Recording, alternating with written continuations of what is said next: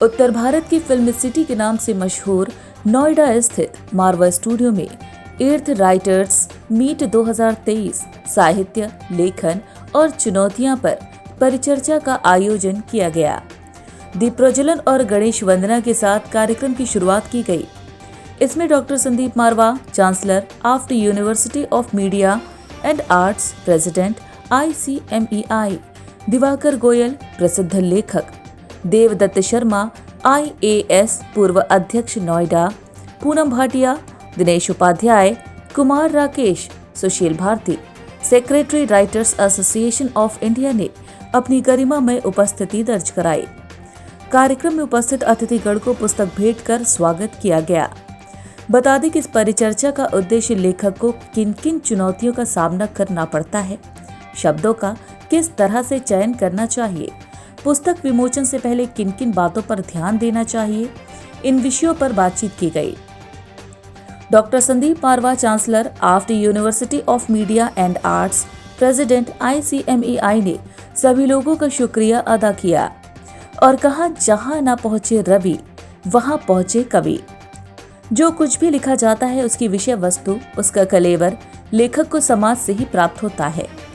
लेखक जो देख रहा है और जो भोग रहा है उसे ही वह कागज पर उकेरता है। समय के साथ लेखक की सोच भी काफी बदली है। इसके साथ ही मौजूदा अतिथिगण ने भी इस पर अपने अपने विचारों को साझा किया। बता दें कि कार्यक्रम में अतिथिगण द्वारा ऑपरेशन चाचा जान अंबर शर्मा द्वारा लिखित किताब का विमोचन भी किया गया। कार्यक्रम में डॉक्टर संदीप मारवा द्वारा उपस्थित अतिथिगण को सर्टिफिकेट देकर सम्मानित किया गया। वहीं कार्यक्रम के अंत में Sushil Bharti, secretary writers association of India द्वारा सभी अतिथिगण का धन्यवाद ज्ञापन किया गया। क्या कुछ कहना चाहेंगी आप? मैं डॉक्टर पूनम भाटिया, ये जो लेखक मीट थी आज की ऑथर्स मीट, ये 8वीं थी और मुझे लगता है मैंने लगभग 6 या 7 तो अटेंड की हुई। तो हर बारी ऑथर्स मीट में कुछ नया निकल के आता है, कुछ सजेशंस निकल के आते हैं और ये खासकर उसके लिए थी जो अभी ग्लोबल लिटरेरी फेस्टिवल होने वाला है। तो ग्लोबल लिटरेरी फेस्टिवल मरवा स्टूडियोज में AAFT द्वारा जब से स्टार्ट हुआ, मैं इसके साथ जुड़ी हुई हूँ और आज की मीट भी बहुत सक्सेसफुल रही। बहुत अच्छे आइडियाज़ आए और संदीप मारवा जी के निर्देशन और जो सुशील भारती जी करते हैं, प्रोग्राम को इम्प्लीमेंट करते हैं, जो निकल के आता है प्रोग्राम हमेशा ही अच्छा होता है। आज भी बहुत अच्छा कि जब लेखक कोई भी होता है तो उसको लिखने के लिए एक प्रॉपर एनवायरनमेंट चाहिए होता है और लेखक बना नहीं जाता, लेखक जो होता है वो पैदा होता है, उसका शिल्प सुधारा जा सकता है। तो आज बहुत सी चुनौतियां हैं, लेकिन उन चुनौतियों से पार पाके अच्छा लेखन होना चाहिए। जो समाज की दशा है उसको दिखाते दिखाते समाज के लिए दिशा का निर्माण होगा। सर, आज के कार्यक्रम के लिए क्या कुछ कहना चाहेंगे? 8 मीट करी गई राइटर्स के बीच। ये मेरा सौभाग्य है कि मैं राइटर्स एसोसिएशन ऑफ इंडिया का अध्यक्ष हूँ और देश भर और दुनिया भर से बहुत सारे लेखक, ऑथर्स, राइटर्स, पोइट्स जो है इस संस्था से जुड़े हुए हैं। पिछले 8 साल से हम लोग ये हर साल एक गोष्ठी करते हैं जहाँ पर विभिन्न मुद्दों के ऊपर चर्चाएं होती हैं।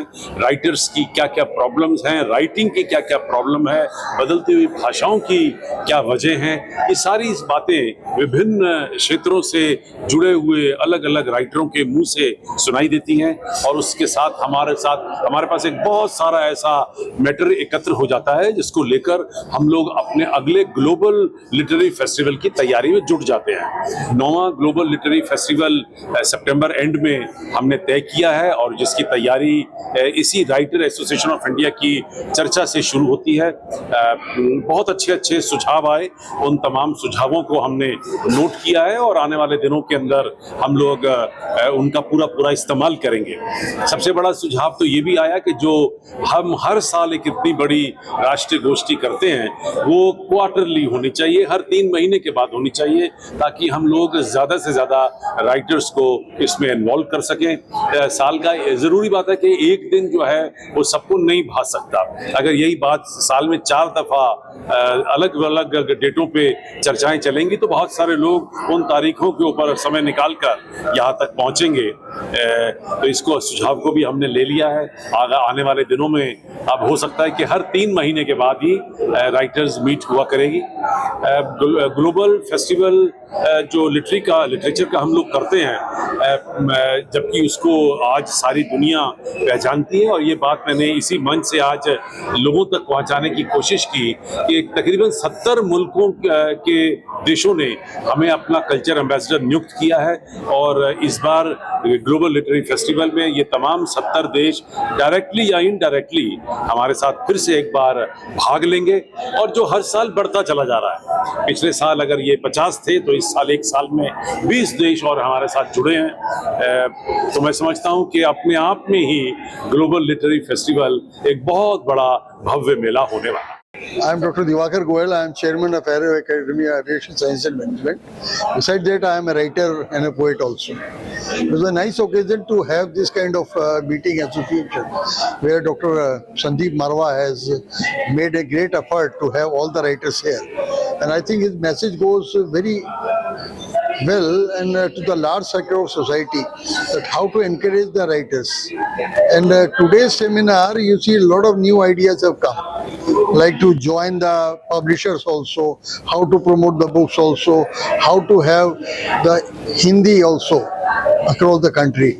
And Dr. Marwa has kindly given the 8 years of Narendra Modi that book to everybody, and it is quite surprising and a very pleasant affair that he has given participant certificate to everybody, and all audience have become the speaker. That was a unique thing, which is very rare actually. I never found it, and I am very happy that I gave my books also. My books are in different languages also. So I wish all the success for it. In the global summit, I am looking forward. Let it come. Thank you.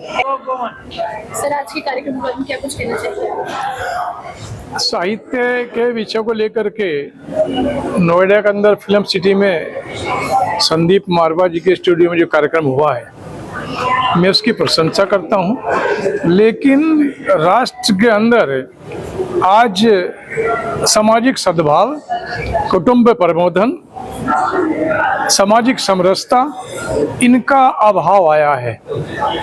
रिश्तों की मर्यादाएं टूटने लगी। साहित्य विशेष है, आवश्यक है। भारत को भारत लगना चाहिए, इंसान को इंसान लगना चाहिए। ये जो पेंसिल है ना, ये मैंने इसलिए ली है, ये लिखने का कार्य करेगी, लेकिन ये तो लिखती ही नहीं। जब नहीं लिखती तो मैं इसको क्या करूँगा? जो पेंसिल लिखेगी मैं वो लूँगा। आज की तारीख में हम लोगों को किसी भाषा भाषी से परहेज नहीं है, ना किसी से विद्वेष है, लेकिन भारत की पवित्र भूमि के ऊपर रह करके जो साहित्य के अंदर आज की तारीख में तरह तरह की प्रॉब्लम्स आई है, चित्र और चलचित्रों के अंदर जो घिनौना सच परोसा गया है, या सच को ना लाया जाना या तोड़ मरोड़ के पेश करने देश के अंदर हुआ है। मेरा नाम भूपेंद्र सिंह बेदी है। मैं इंटरनेशनल ह्यूमन राइट ऑर्गेनाइजेशन से वाइस चेयरमैन हूँ। मैं केवल आज के विषय में इतना ही बोलना चाहूँगा कि साहित्य मीट थी ये। जितने भी साहित्यकार हैं वो किसी के प्रभाव में आके साहित्य को सच से हटा कर ना लिखे, सच लिखे। जो लिखे वो सच लिखे, ताकि आने वाली पीढ़ी को सच्चाई का ज्ञान हो सके। झूठ ना परोसे, नफरत ना परोसे, जितना हो सके उतना ज्यादा से ज्यादा प्यार परोसे। संदीप मारवा जी के लिए क्या कहना चाहिए? संदीप मारवा जी मेरे बड़े भाई है, और मैं बार यहाँ कई बार ही आया हूँ।